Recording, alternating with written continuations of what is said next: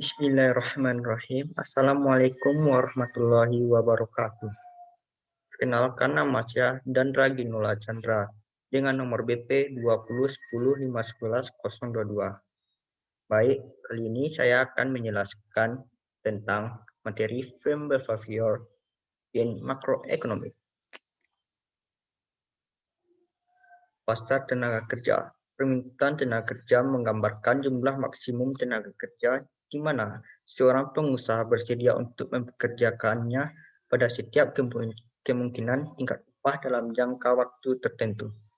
Permintaan tenaga kerja merupakan permintaan turunan (refracted demand) dari permintaan output atau komoditas tenaga kerja bersama-sama input lain, misalnya modal dapat digunakan untuk menghasilkan output atau komoditas berupa barang atau jasa.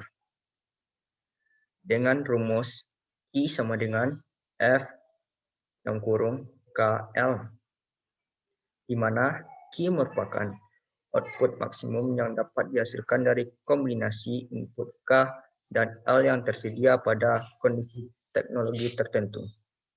L merupakan input tenaga kerja dan K merupakan input modal. Teori konsumsi siklus hidup merupakan perluasan dari teori Keynes. Teori ini menyatakan bahwa yang mendasari rumah tangga dalam membuat keputusan konsumsi seumur hidup adalah harapan akan pendapatan yang diterimanya seumur hidup. Keputusan mengkonsumsi lebih didasarkan pada pendapatan permanen yang diperoleh rumah tangga daripada pendapatan yang diperoleh saat sekarang. Yang dimaksud pendapatan permanen adalah tingkat rata-rata dari arus pendapatan yang diharapkan akan diterima seseorang waktu yang akan datang. Keputusan penawaran tenaga kerja. Konsumsi tidak dapat dipisahkan dari pasar tenaga kerja, karena dengan menjual tenaga kerja, seseorang akan memperoleh pendapatan untuk membayar konsumsinya. Ada beberapa faktor yang menentukan jumlah tenaga kerja yang ditawarkan, antara lain adalah tingkat upah, harga-harga barang dan jasa, kemakmuran, dan pendapatan lain. Perilaku perusahaan, investasi, dan keputusan mempekerjakan tenaga kerja. Terdapat dua cara perusahaan untuk menambah stok kapital di antaranya. A. Investasi pada pabrik dan peralatan. Investasi semacam ini merujuk pada pembelian mesin-mesin tambahan, pabrik-pabrik, atau gedung oleh perusahaan pada periode tertentu. B. Investasi pada persediaan. Hal ini dilakukan jika perusahaan memproduksi lebih banyak output dibandingkan dengan yang dijual dalam periode tertentu. Keputusan mempekerjakan tenaga kerja. Jika permintaan tenaga kerja meningkat pada saat kondisi perekonomian di bawah kondisi kesempatan kerja penuh, pengangguran akan turun. Namun, jika permintaan tenaga kerja meningkat ketika kesempatan kerja penuh, maka tingkat upah akan naik. Teknologi yang paling efisien bergantung pada harga relatif dari kapital dan tenaga kerja.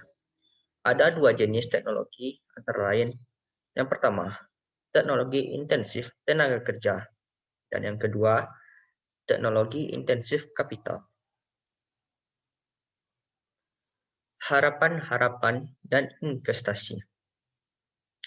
Keputusan investasi memerlukan pandangan tentang masa depan dan harapan-harapan terhadap masa depan. Keynes menyimpulkan bahwa banyak aktivitas investasi tergantung pada psikologi dan apa yang dia sebut sebagai semangat bintang dari wirausaha, di mana hal itu akan membantu mewujudkan investasi sebagai komponen dari GDP. Efek eskalator adalah kecenderungan meningkatnya investasi jika output agregat menurun.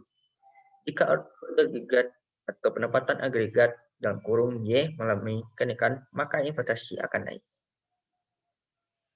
Efek kelebihan tenaga kerja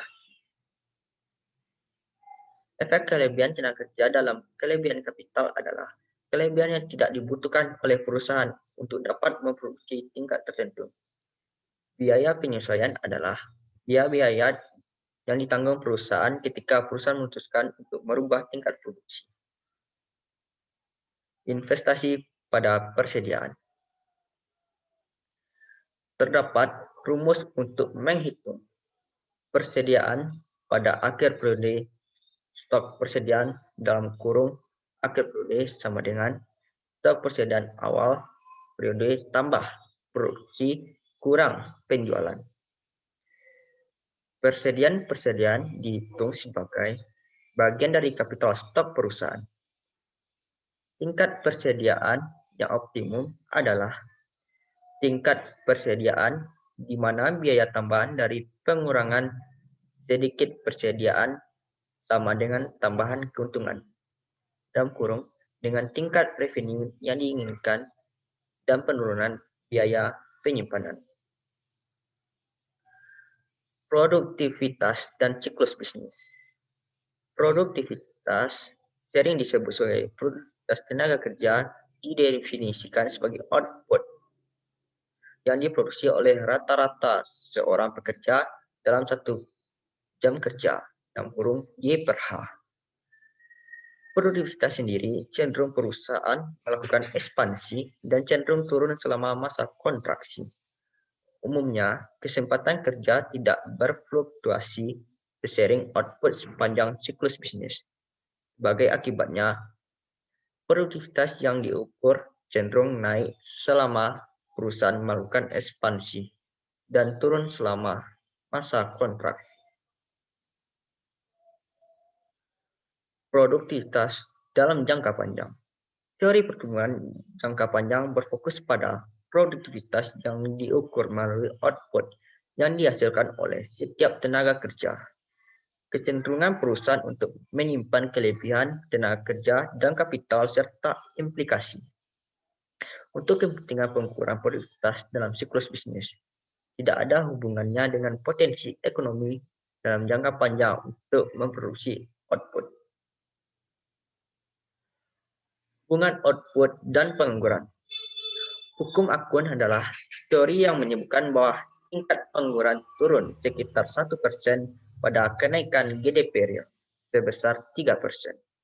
Terdapat 3 hal yang penting untuk membuat perubahan pada tingkat pengangguran kurang dari persentase perubahan pada output jangka pendek. Di antaranya, ketika output naik 3%, jumlah pekerjaan tidak akan cenderung untuk meningkat 1% dalam jangka pendek.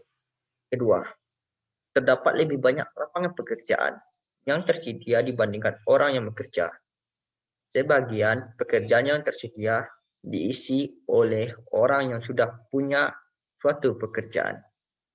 3. Para pekerja yang berhenti dari pekerjaannya kembali masuk dalam kelompok pencari kerja. Baiklah, itulah yang saya sampaikan. Kalau ada kekurangan, maaf. Kekurangan dan kesalahan mohon dimaafkan. Akhir kata, Assalamualaikum warahmatullahi wabarakatuh.